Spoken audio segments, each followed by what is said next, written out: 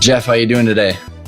I'm excellent, Ryan. Great to be on the show. And it is morning there and evening here because you are way over in Australia. Correct. So Melbourne, Australia. Yeah, and I love it because, I for the listeners, I've spent a half a year over in Australia, and it's a great part of the world. What I find amazing is your marketplace has really been diving into the growth and exit planning quite a bit, and you've made quite a name for yourself with the book that you've written and some of the things you've been doing. But for the listeners that don't know you, Geoff, if you could kind of maybe just give them a little bit of a brief background on where you came from and how you got to where you are today. Yeah, sure.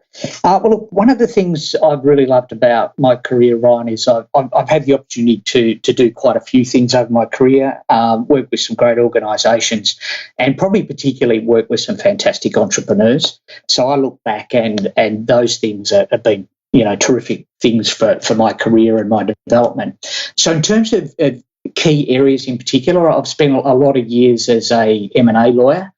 So done a lot of transactional work, worked with one of the largest law firms in Australia, Minter Ellison, worked in mid-tier firms, and then also set up a couple of my own boutique firms. So really, really in-depth transactional experience with business transactions and particularly exits.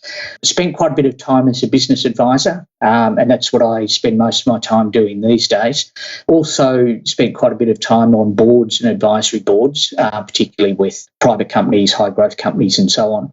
And also spent a little bit of time with the corporate regulator here in Australia, the equivalent of the SEC in the US, and I worked in their policy area, which was a fascinating place to view the world from for 2 or 3 years.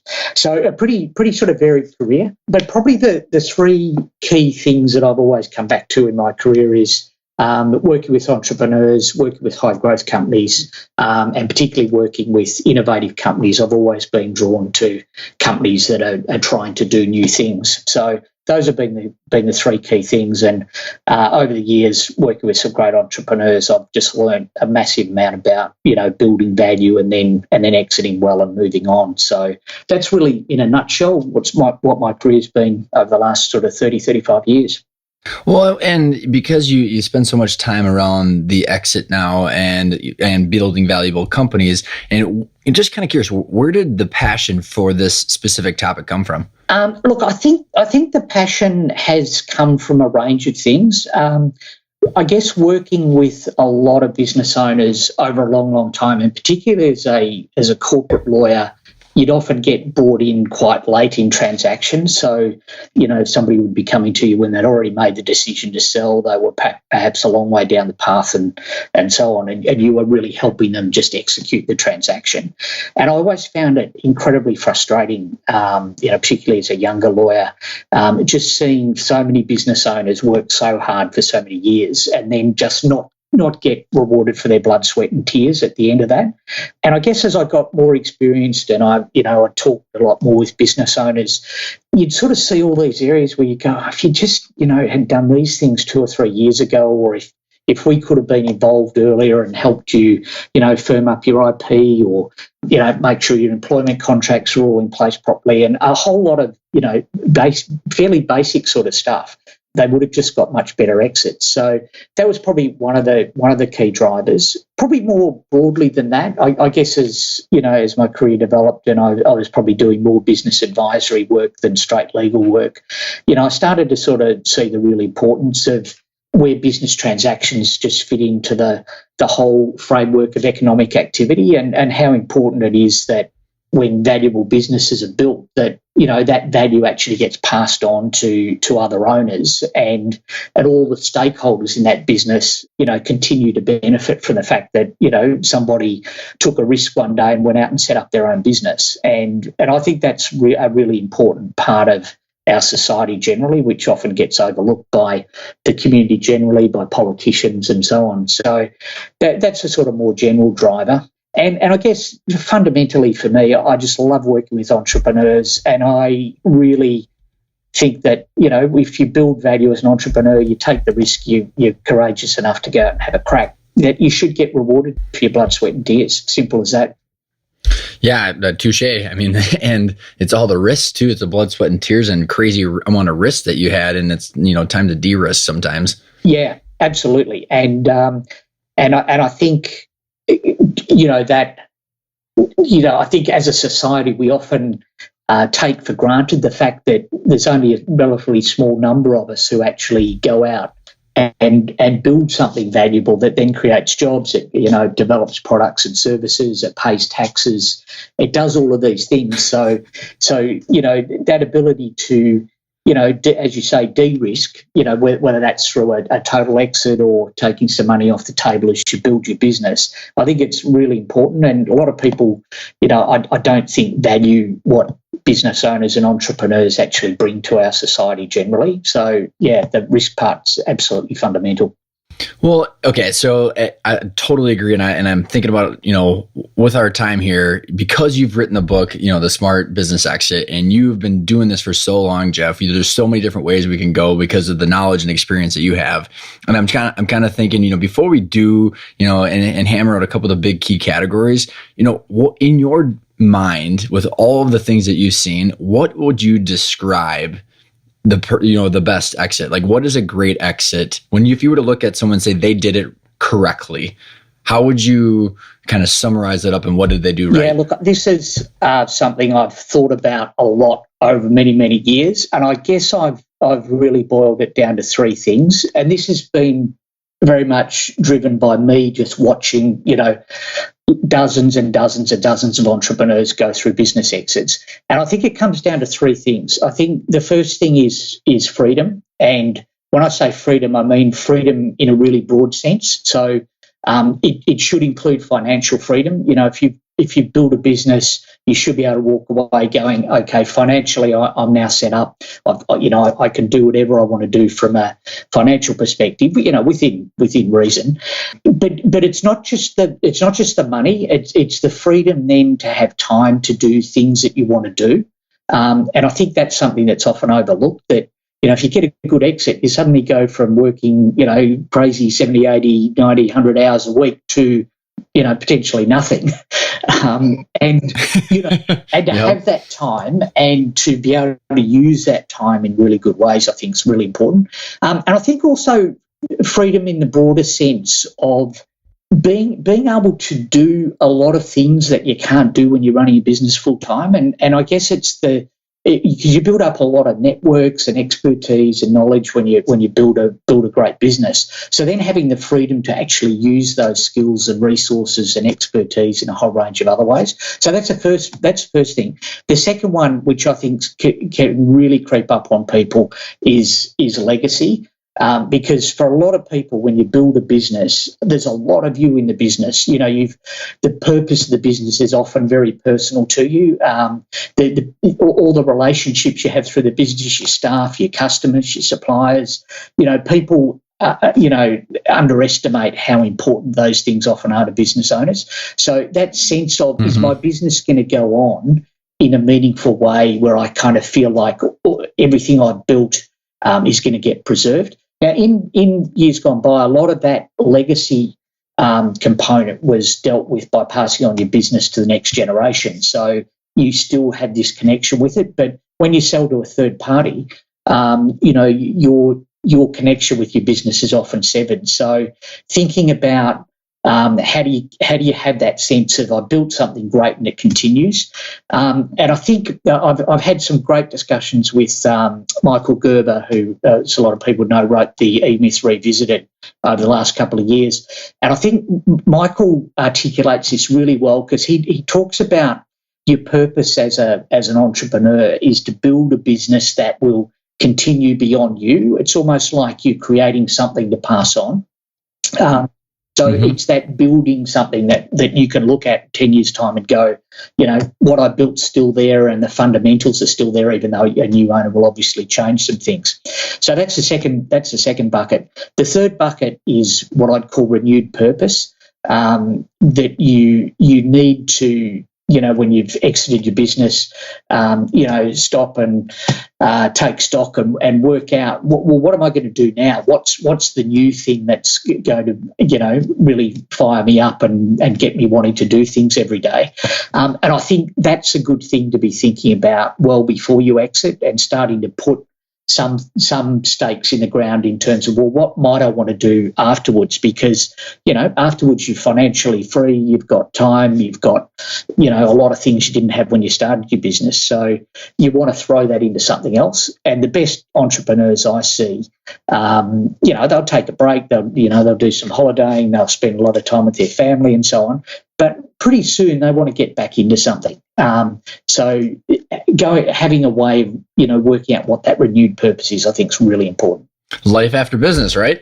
Absolutely. It's so true. And I like how you bucketed those into three pretty easy things, because it is so important. And my guess is, when you were sitting at the transaction table or something, and the people that didn't do so one of these crucial things, you probably saw either remorse or some sort of version of unhappiness. And that's even regardless of the financial outcome, right? And because Geoff, I was at this panel and there was these advisors up there, and they were talking about successful exits, and they were pushing, essentially all the advisors want the owner to sell and punch out and make all this money, but that's all they were talking about. I'm like, there's so much more involved in this than just the finances. I mean, it's so much more the intangible stuff that could make or break how happy you are with it.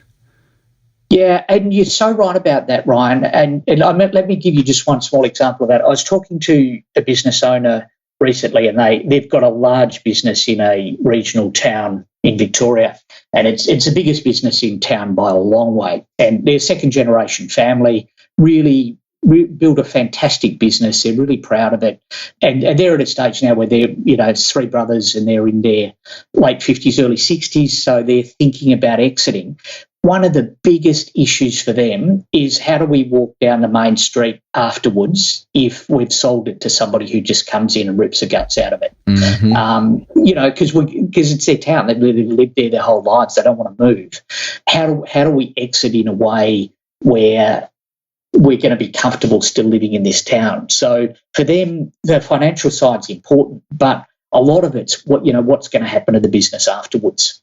And so many business owners underestimate how big an issue that is. Well, I've been there, done that. My dad and I, after we closed, I was like, it was like a trauma event. It was not, okay, so yeah, there's money in the bank account, but emotionally, what, it's hard to even describe and articulate unless you got years of thinking about it. And, you and I were talking about that, Geoff, that, there's all these intangibles, these different values. So whether it's, how do you affect the community, like the story you just told about all these different emotions, you said you thought a lot about that too. What are the different things that people should be, the owners should be thinking about to even start? How do you start figuring out what's important to you? And in your mind, what are the emotional things that, people should be aware of? Yeah, I guess over the years, I started very much as a technical advisor, as a corporate lawyer. So, I was focusing a lot on all the logistics and nuts and bolts stuff of getting the deal done. A lot of advisors focus on that. But I guess over time, in particular last 5 years or so, I've started to see business exits very much as being, there's all the technical stuff, and it's really important you get that right, because it makes a big difference.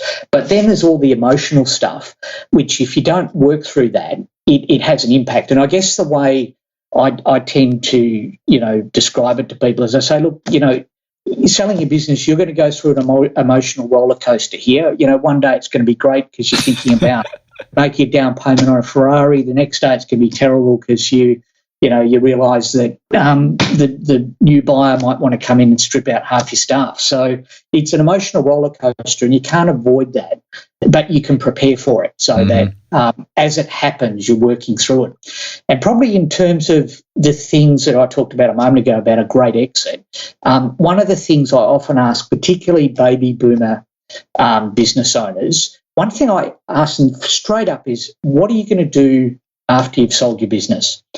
And it amazes me how many, particularly with older guys, how many people just look across the table at you absolutely blank. They have no idea what they're going to do. And these are people who for 40 years have been working, 6 days a week, 90 hours a week. Monday morning, they're going to wake up and go, cripes, what am I going to do now? Play golf 5 days a week? They're not going to do it. Sit at the local VFW or the Legion and play pull tabs. Like, it's not sustainable. No, it's not sustainable. So I often start going, well, look, before we even start looking at your exit, let's start talking about what you're going to do afterwards, because I can tell you, if you don't have an idea what life afterwards looks like, it's going to come up during your exit and cause all sorts of difficulties. And it's when you sit in meetings, and I'm sure you've sat in meetings like this, Ryan, where you're sitting there going, this business owner's surrounded by lawyers and accountants and contracts, totally disconnected with the process because they're thinking about something that's more emotional, and no one in the room's focused on it at all. So it's just sitting there, and it causes massive issues in business exits, both during the exit and afterwards. So I think, as advisors, it's one area that I think is really important, that, there are more and more advisors who, work with business owners to help them through that part of business exits as they go through them. Well, yeah, and I 100%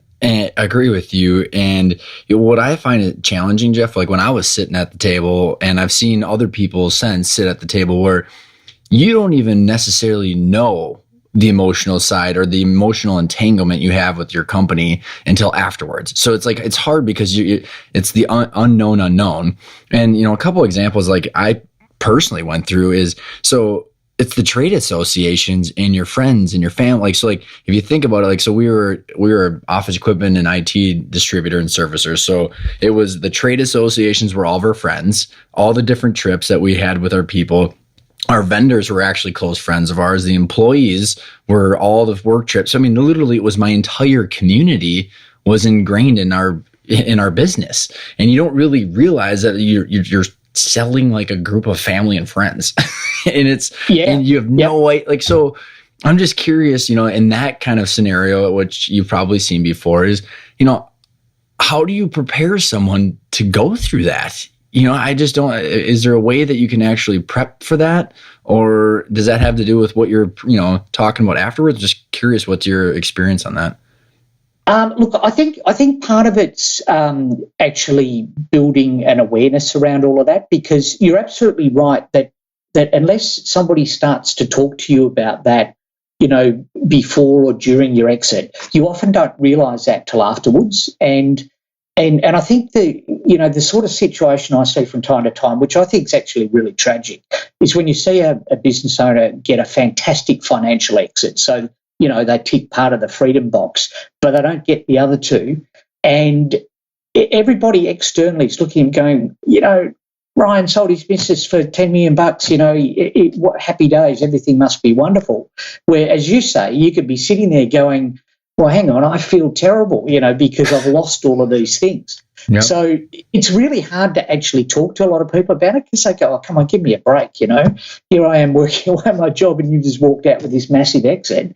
And there's not a lot of people you can talk to. So part of it for me is really encouraging, my clients and people, business owners I talk to, is make sure early in the process, you start to read some of the stuff that is out there on this stuff, and there's not a lot so far, but hopefully there'll be more over time.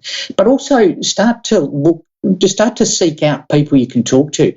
Try and find other business owners in your network who've already sold their business, and go and have a meal with them, have a beer with them, and talk to them, specifically talk to them about this stuff, because you'll learn a whole lot of stuff that is just not out there in the public domain.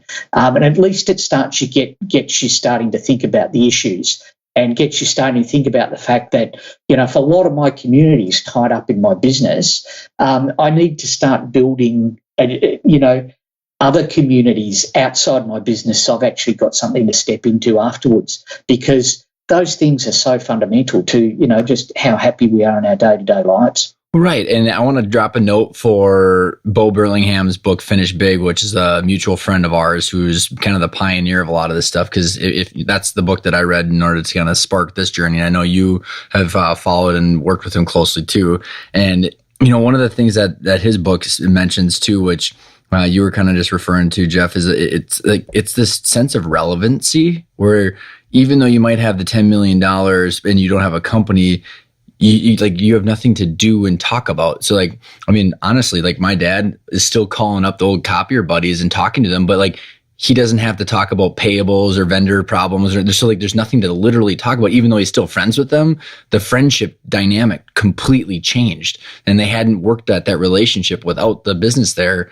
So there was literally like all these relationships, the dynamic is immediately different.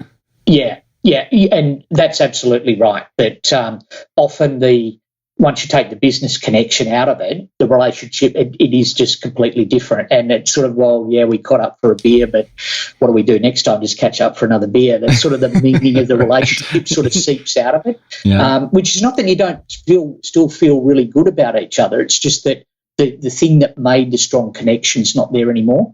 And that's why you need to look for other things. So in your book, you call some of these the uncomfortable truths of an exit. Can you explain a little bit more about what you mean by that?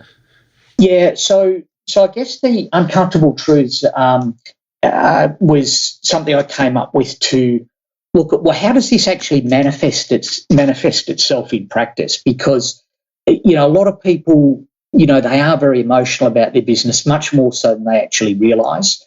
And the problem is when you are emotional, you there's a lot of things that you don't want to go and explore. So the whole idea of exiting your business, there can be a lot of psychological barriers around that. And one thing which I see some business exit advisors talk about, which I actually disagree with, is they pick up Stephen Covey's habit from his book, the 7 Habits of Highly Effective People, and they talk about this idea that you should start with the end in mind, and I think that's actually not the right way to think about exits. I think exits, you need to think about it as a really important step in your journey as a person and as an entrepreneur. Because if you think about it as the end in mind, to me that's got a whole lot of negative connotations about it. So like, well, that's the end, there's nothing afterwards, that's time to finish up. When in fact it should be a really important step on your journey as an entrepreneur. And if you look at it more that way, then you can approach the whole emotional side differently. You can start to sort of look at, well, I need to feel positive about, what's on the other side of my exit, not sort of see it as an end where, I've got no idea what's going to happen afterwards. Because the best entrepreneurs who exit their business go on and have, do bigger and better things afterwards. So, I think you need to see it that way. And the problem is if you don't, you get what I think are the uncomfortable truths. So, you get the fact that most business owners aren't ready for their exit at all, even if they say they are. Once you start looking, they're not. They underestimate the fact that we often don't have any control over their exit. So a lot of exits get precipitated by, a potential buyer tapping you on the shoulder or a serious health issue to yourself or your partner or whatever. So often you get tumbled into an exit without realising it. They take a long time. A reasonable sized business, by the time you get ready, actually go through the sale process, you might have to work for a while in the business afterwards. So an exit might end up taking you 3, 4, 5 years before you're completely free of it.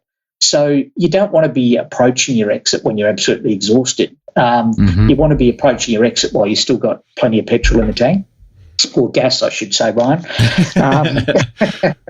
Then there's a lot of issues around how valuable your business actually is, because my experience usually is the vast majority of business owners think their business is worth a lot more than it actually is. So there can be a lot of emotion tied up in that as well. Where have I really created something as valuable as I thought I had? And, again, that involves sort of working often with advisors and, business colleagues around, accepting, well, it's probably not worth as much as I thought it was, and how do I deal with that? Things like the fact that, kids, I think, aren't taking over the family business anywhere near as much as they used to. And often there's a whole lot of emotion tied up with, well, I thought Johnny was going to step up and, take the business over, and now I realise he's not. So there's often a lot of conversations in family businesses that don't happen, and there's all sorts of expectations that don't get dealt with. So there's all these, and I've sort of bundled these up as the uncomfortable truths, and I see part of my role as an advisor to help drill down into some of those and go, well, you say you're ready, but let's really have a good look. Are you really ready? And if you're not, what's stopping you actually doing that? And often it's emotional stuff. All right. And have you talked about any of this stuff with anybody?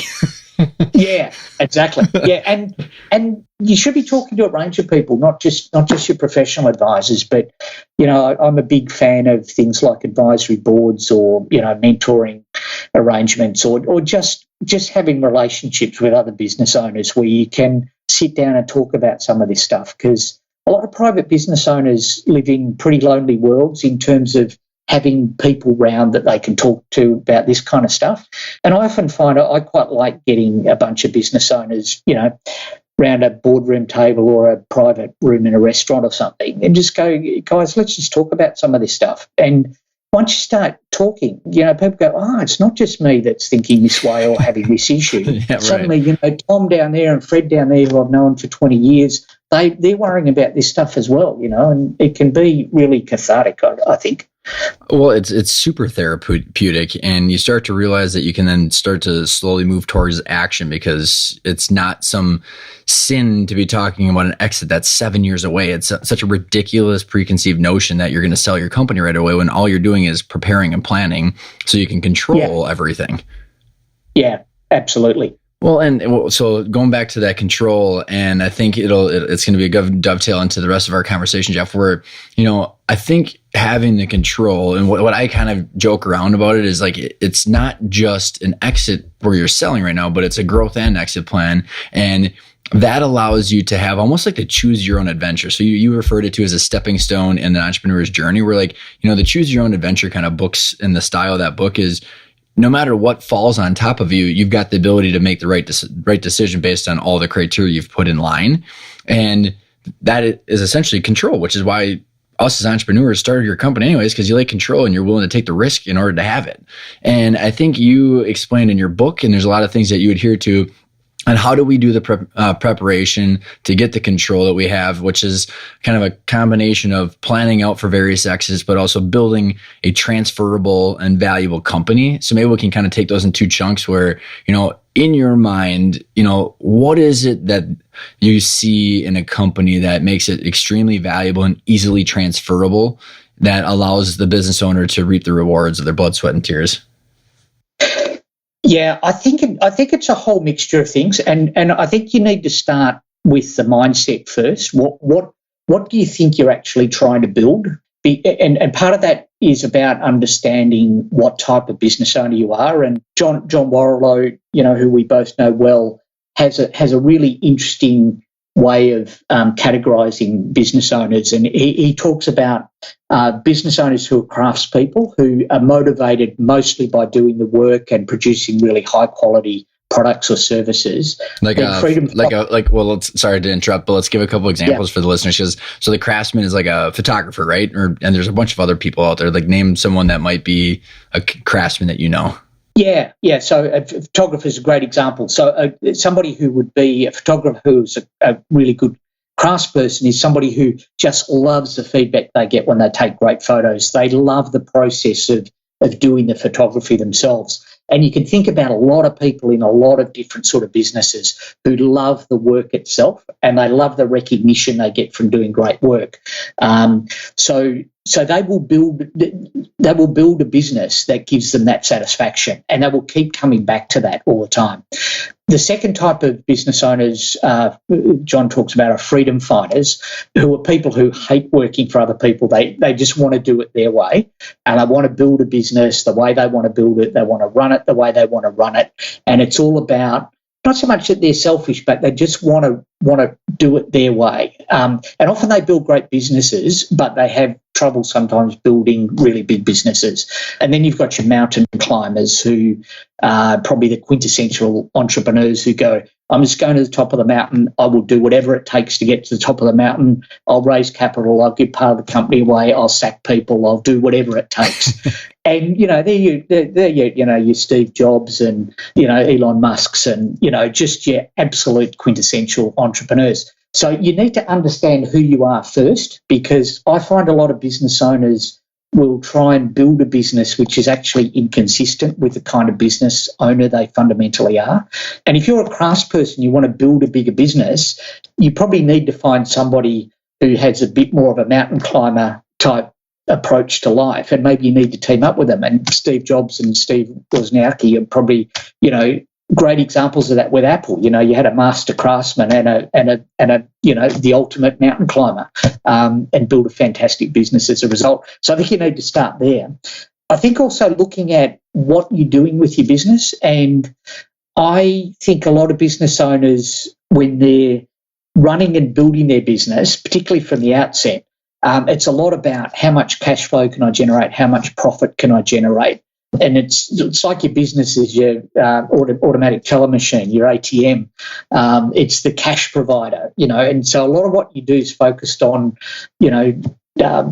making cash, to fund your lifestyle, pay for your holidays, put your kids through school, all that sort of stuff. But that dictates a lot the kind of business that you run. It's very, very focused, and there's nothing wrong with profit. There's nothing wrong with revenue. But if that's the sole focus, you're not necessarily at the same time building a valuable business. But then, a lot of business owners will do that for a number of years and then suddenly go, oh, now I want to sell it. So now I want this business to have magically turned into something valuable. And it's doesn't necessarily happen like that, unless you're focusing on building, what I call a highly sellable business. You're not focusing on the value and the ability to pass that value onto a new owner. I guess. Oh, go ahead. Sorry. Yeah, no, go on. Well, I was going to say, to interrupt for a sec, because I think I got an interesting example to highlight what you were just saying, because so I'm in an executive peer group, and, there's a bunch of business owners that are all talking about their goals, and, it's the cash and the ATM is one thing, and all the perks and lifestyle part of it. But then there's these goals that I think that we as entrepreneurs have that are based in like ego or a bunch of junk, because it's like, I want to double in revenue and profit. So, and as this gentleman was explaining this, and I'm like, so why? So I want to go, let's take some hypothetical numbers, is from 5 million to 10 million. And I'm like, okay, so that 5 million, you're a distributor, right? So he's in the service and distribution. So he competes with this distributor. So if you're going to spend all that time, money, and energy in doubling in size, you're still competing with your distributor, and all your revenue comes from that distributor. So you might not be making, you're still only going to be making 7% with revenue that's junk. So yeah, it's totally measuring the wrong things. So maybe that'll tee you up, because you were starting to get into like, what is a highly sellable business? Yeah, and look, I think that's a good example where, if your focus is so much on revenue and profitability, and I think a lot of businesses focus way too much just on revenue, because the profitability, often gets lost. A lot of people talk about, we want to, double, triple, quadruple our revenue. And I always say, well, what are you doing about profitability? Because that's one of the things that's going to drive your exit price. But in terms of looking at how you make the business more saleable, and look, I love going back to Michael Gerber on this stuff with the E-Myth Revisited. As a lot of your listeners will know, Michael first coined the phrase, work on your business, not in your business. Mm-hmm. And to really understand that phrase, you've also got to go back to what was the E-Myth. The E-Myth was that most business owners aren't actually, they're not entrepreneurs, they're not creating a business, they're just creating a job for themselves. So that idea of you have to work on your business, not in your business, is to me the mindset you need to bring to building a valuable business. And that's looking at, how do I build the business in a way that it's not dependent on me day to day to run the business? How do I take that step back? And that can be quite counterintuitive for a lot of entrepreneurs. How do I effectively end up with a business where I do very little in the business? And that can be a big shift in both mindset and how you actually operate day to day. How do I build the systems and processes here so that it's easy for me to scale the business, as opposed to everything coming back to me all the time? How do I focus on building, intellectual property in the business that, is potentially really valuable to a buyer? These are all the sort of things, and, you and I cover a lot of this with our Value Builder program, which looks at 8 key drivers of value within businesses. When you look, Geoff, at like a business owner, what is the biggest challenge you see that they have on getting out of the day-to-day and removing themselves from everything? I think that, I think it does vary from business owner to business owner. I think sometimes a lot of it's tied up in their sense of who they are, and often there's quite a bit of ego in it that. People need to feel important. They need to feel like, oh, well, everybody needs me. I get into my office and there's 10 people lined up wanting to talk to me about stuff so that they can get on with what they need to do. That might make you feel good and make you feel wanted. It also makes you feel exhausted. I was going to say. But it's not actually building a better business, because you're actually then the bottleneck in making the business go well. And you want to get to a point where people don't need you. They're just getting on with it, which is then giving you time to do the stuff, thinking about maybe we should do an acquisition, maybe we should get that R&D project up and running. I need to spend some time getting that happening. And I'll give you one interesting little anecdote on that. There's a guy who I've done quite a bit of work with over the years who has been very good at building and exiting businesses. And he sold a business a little while ago to a big European company. And I said to him afterwards, well, you're going to have to stay on for 3 years under a performance earn-out, blah, blah, blah. He said, oh, look, I don't think I really need to, but if you insist on it. And I said, yes, and we're going to pay you really well to do it. And after about 3 months, they said to him, what do you actually do? And he said, well, I don't do much at all. I told you that a while ago. So I built a great management team. The business runs itself. I don't need to be around. And they went, oh, okay. We'll just let this run for another 3 months. And they had this conversation again. They said, we can't see what you're actually doing. What are we paying you for? And he said, well, you're not paying me to do anything. I'm happy to take the money, but I'm also happy to go because I've got a few other things I want to do. So that was a really good, he did it really well. And I've seen him do it 3 or 4 times in a row. He made himself redundant, and he was very comfortable with that. And that's one of the things you want on exit. You want to actually say to a buyer, you don't need me after I've sold the business, so just pay me full value now and let me go.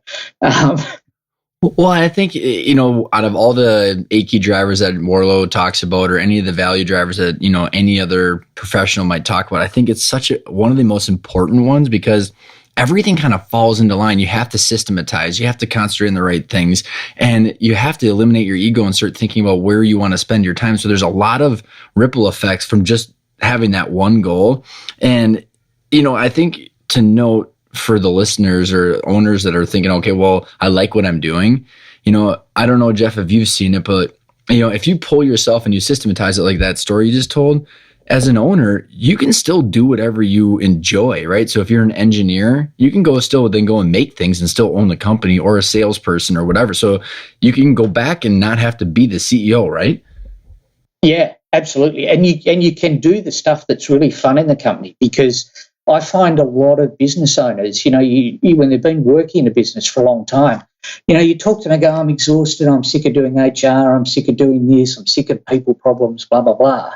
And you go, well, what if you didn't have to deal with that anymore? What if you could get almost back to the coalface? You've got 3 projects there that are all stuck because they kind of need someone like you to get in there and get them moving again. And you can actually free the business owner up to almost go back to what they started the business for in the first place. Mm-hmm. And if you can achieve that, you can often totally revitalise business owners, because they go, oh, this is great. It's fun again.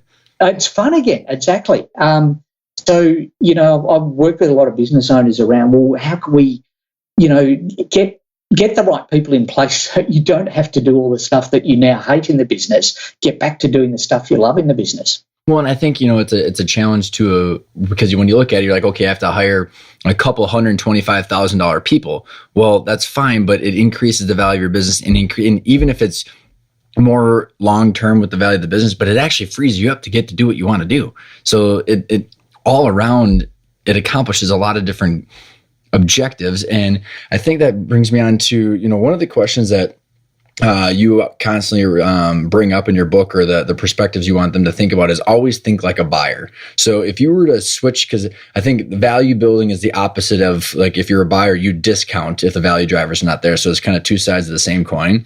In your mind, what does thinking like a buyer mean, and what are the things that they're looking for?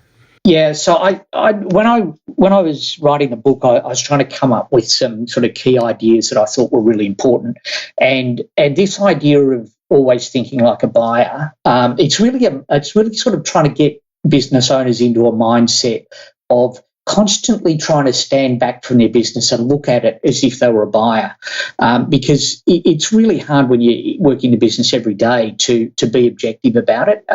There's a lot of things that you just don't see anymore. It's like, when you getting your house ready for sale, you sort of start looking around going, oh, there's all these blemishes here that I'd kind of see every day, but I don't see anymore. And it's the same with your business. You kind of walk in and you kind of don't notice that the front sign probably needs, repainting or redoing, and you just don't see stuff in the business that a buyer's going to look at and go, oh, that's a bit of a problem, or that would need to get fixed up, or that's going to cost me money if I buy this business. So it's getting into that mindset of trying to on a regular basis stand back and look at your business as if you were a buyer, and it's important for two reasons. I think anybody who's selling a business, it's useful to have this sort of mindset and sort of understand what sort of things are going to be going through the mind of a buyer, and how's a buyer going to approach the business. And if you can, and I cover quite a lot of this in my book, just the kind of things that buyers do or think about that you don't. So if you're selling to a larger business, for instance, the people you're dealing with in that business, they're paid employees. They're not emotionally fired up about your business. They see it as a financial transaction. So all the heartache you put into building your logo or your brand or whatever, they don't have any emotional attachment to that. It's just, look and go, is it a good brand or not a good brand? Are we going to have to redo it? The color scheme is not ideal. It's not going to fit well in a PowerPoint. Exactly. So the way they approach your business as a buyer is really different from how you approach it when you walk in every day and work in the business. So I really encourage all business owners over a period of time to start thinking as buyers of their business, and you can do this in a whole lot of different ways. One thing I think is good for business owners to do is whether they're actually going to do it or not. Look at, well, what if we bought another business? How would we approach it? So even if you just go as far as looking at a couple of other businesses to potentially acquire, it doesn't take much time and effort to do it. There's businesses up for sale every day. But just go and get hold of the IMs for the business, maybe have a couple of initial discussions. So start to look at another business as if you were going to buy it, and what are the things you start thinking about? Because that's how a buyer's going to look at your business when they come to buy it. Well, and Geoff, what a cool exercise I did with one of our clients. So in interesting ways, and I don't know, do they have the SBA loan over in Australia? So the SBA loan is backed by the government, and what it is, it allows you to buy companies with like 10% down, 15% seller financing, and then the rest is a 10-year loan payment. So I actually went through this with one of my clients as we were trying to prioritize all the things that they were doing, and we went through and looking at this business, and I said, okay, so if it's if you're going to literally write it, if you're going to pay $2 million, let's say it's, 200 grand down, the rest, 15% seller financing, and then the rest is a loan. It's a 10-year loan. Do you believe that you're going to continue to be able to pay that debt out of the profits? And he's like, my God, well, the owner, she doesn't know what she's doing. The financials are bad. And he starts listing off all these things. He goes, no way I would place a 10-year bet on that. And then he kind of looked up, and I'm like, all of those things that you just listed are things that we're trying to fix in your company. Yeah. Yep. Because it was like the fact that they had to have a 10-year locked in agreement, right? I mean, that's a strong commitment. And like, what's the commitment you would have to the sustainability of that business? Yeah, really good exercise. And as far as I know, we don't have anything similar to that in Australia. But it is that exercise of you start to think like a buyer, because if you can get into that mindset, it just helps you look more critically at your business. And to go through those sorts of exercises, I think, are really useful. The other thing I try and encourage people to think about in terms of thinking like a buyer is, everybody in their business every day is selling their products and services. Try and take a step back and look at your whole business as if it's a product, because that's the way a lot of buyers are going to look at it. Because a lot of bigger buyers are going to go, we've got these, 8 products. we're missing that one and that one. Can we go out and just buy one of those? So they'll often look at your business as being, yep, that helps us buy that product. Now, if you think about your business that way, as opposed to all the bits and pieces that hang off most businesses, for a lot of business buyers, they look at your business and go, I love that bit, but why on earth are they doing this, this and this? We'd have to go in and just shut that stuff down or sell that stuff off or get rid of it, when all we really want is that bit. So if you're thinking more like a buyer, you'll build your business in a way that it's the kind of business that a buyer would want to buy, and that it's easy for them to acquire, all of the value, in one bunch, rather than having to do a whole lot of restructuring work afterwards. Well, totally. And, one of the things to go back to one of our earlier points too is, when you think about your three things that you want to have in order to have a great exit, which, one, I think is having control over that potential buyer, because they're going to have all these stipulations. And if you've got your walk away ability, it's because you've worked yourself out of the company, and worst case scenarios, you continue to keep your own cash flow. So it allows you to have all these different options to essentially pick whoever you want to accomplish your goals. And I think, this dovetails into the last, one of the bigger picture things that you and I wanted to talk about, where, the buyers and the sellers, the demographics are going to change, right? So yes, let's say you haven't prepped your work and you've got one specific buyer, you're going to be kind of forced, right, into that situation where you're going to have to make a lot of concessions. But, that's in one particular situation. But Geoff, why don't you describe what you've been discussing as the baby boomer exit tsunami, because I think that changed the demographics and the relationship of the buyers and sellers in the future as well. Yeah, I think we're going through or heading into a really interesting phase, because if we look at baby boomers, particularly in Western economies, the baby boomers have had a massive impact on education, housing, the job market, all the rest of it. And not surprisingly, they have a massive impact on the private business market. And if you look at most Western economies, well over 70% of private businesses are owned by baby boomers. Most of them are looking to exit in the next 10 to 15 years. The last baby boomers clicked over 50 last year. So they're all, well into that sort of retirement type age. And most of them don't really have an exit plan. So if we couple those sort of numbers with what else is happening in the marketplace, where a lot of the next generation are not taking over businesses anymore. If they're entrepreneurial, most of them tend to want to set up their own businesses. We're getting very different sort of shifts in the marketplace. So a lot of obvious buyers for businesses in the past just aren't there anymore. So a lot of private businesses would often get passed on to another business owner not dissimilar to themselves. I don't think there's as many of those sort of buyers around as there used to be. So we're seeing all these different sort of changes happening. Also, when you drill down into different segments, you look at some industries and particularly some of the health areas, a lot of the service industries and so on. The vast majority of owners of private businesses in those areas, certainly in places like Australia, are really aging quickly. So I saw some figures the other day saying that, pharmacy businesses in Australia that are independently owned, the average business owner is well over 60. So we're going to get to a point in some industries where all of a sudden you're going to get a whole pile of people want to leave at the same time, and there's just not going to be enough buyers for those businesses. So that'll have a whole lot of knock-on effects for employees, for people who use those services and all the rest of it. And I just don't think there's a lot of people thinking about this issue very much at the moment.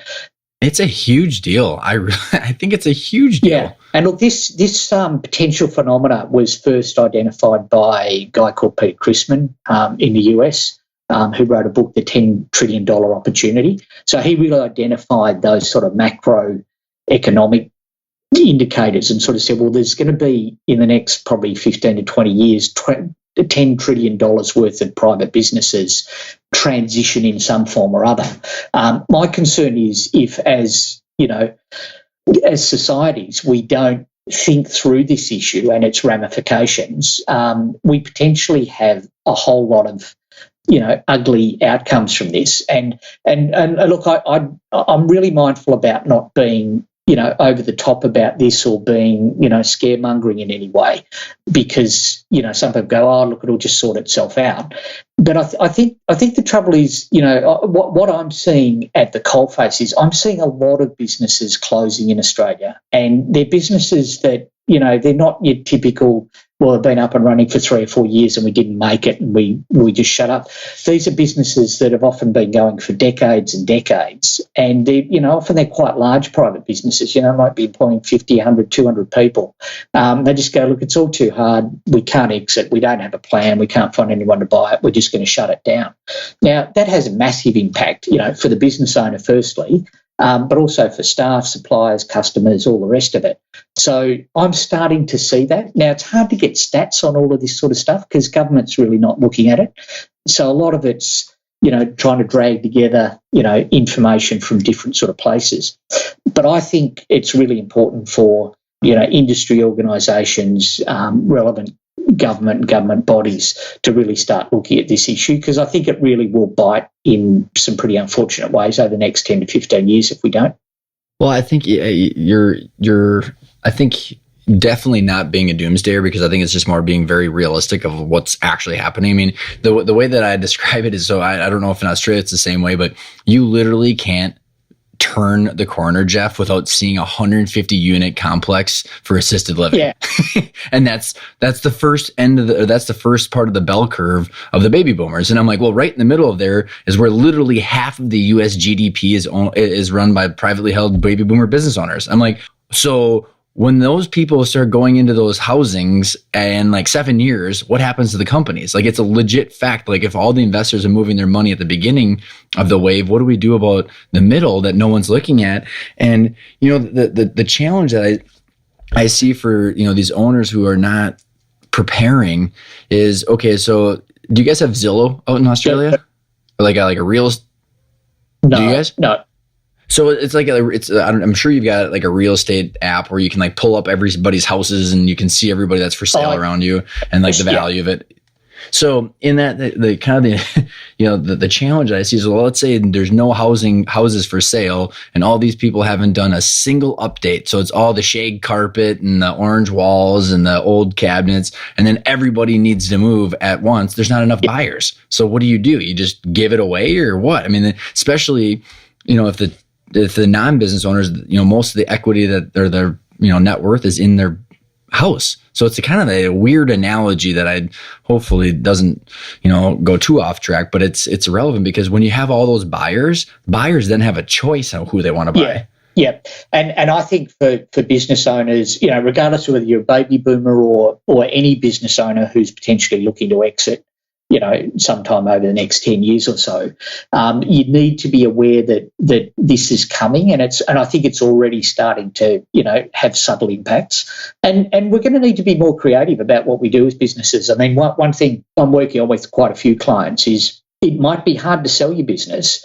Maybe you should be looking at, internal transitions, because you've got, people in your businesses who are interested in potentially stepping up to, owning part of the business. Maybe that's going to need to be more of an option for people going forward. Now, they might not get as good a price going down that route, but or it might take longer, or whatever it might be, they right? need to, because you can't just walk up to employees and say, "Look, we think you're selling the business. You probably need to know by the end of next week." It doesn't work. You've got these processes take a long period of time. You've got to make sure that if any of your senior management team want to do that they're really the right people, and they, and they're well prepared, and they can take the time to do that, and they might need to do that progressively. And then I'm curious if you're seeing in the marketplace, Geoff. I've had a couple of people on the podcast where seeing in the marketplace where buyers are actually changing too. So it's not always maybe the typical buyers. I've had some people on the show where they've grown and sold really large digital marketing agencies. And because they understand that world so much, they're actually buying traditional service-based businesses for a higher dollar amount because they understand a different part of the world than the traditional owners. So there's like synergies in different ways than people have normally seen. I don't know if you're seeing like a different, sectors of buyers coming out where you are. I am. And I think one of the changes, particularly as the baby boomers kind of move on from business is when I look at younger entrepreneurs. I think they have a very different mindset to businesses. Ironically, it's a lot easier to talk to a really switched on 25-year-old entrepreneur about business exits than it is a 65-year-old baby boomer who's run the business for 40 years. Because, a really switched on 25-year-old will go, look, I've identified this great market opportunity. I want to exploit it over 4 or 5 years. I've already worked out who I think I can sell it to. I just need you to help me set up and get the best exit. We've only just started. But that's good. They're starting with a different mindset. Now, they will go on and do other things, and that might be buying other businesses, whatever.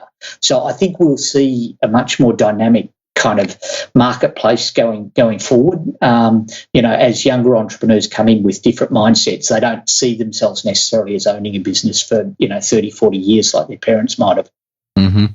So because we're wrapping up on time, and we've talked about a lot of stuff, and for the people that want to dive more, I'll have the links to your book, The Smart Business Exit, in the show notes.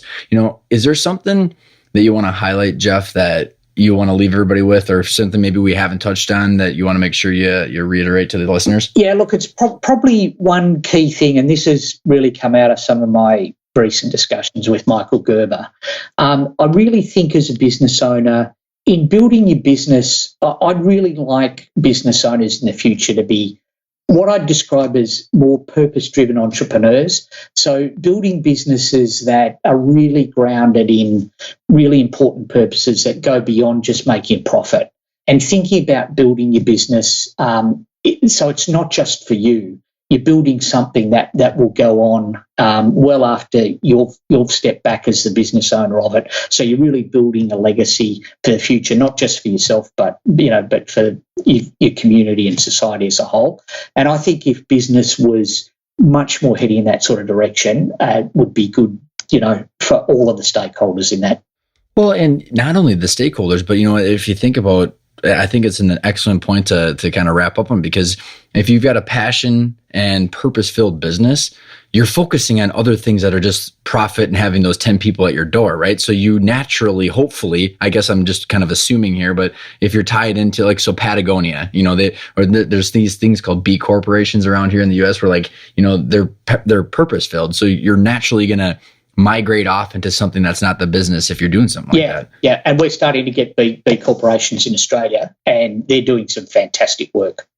I love it. Geoff, what is the best way for our listeners to get in touch with you? Probably a couple of ways. Probably our websites for starters, so www.grgmomentum.com.au or www.thesmartbusinessexit.com.au. So people can sign up for my blog there if they want to get more information. My book's probably Amazon's the best shot for my book, The Smart Business Exit. And I'm on a range of social media, particularly LinkedIn, and also Facebook, Twitter, and Instagram. Awesome. Thank you so much for coming on the show, Geoff. I appreciate it. Pleasure, Brian. Thanks.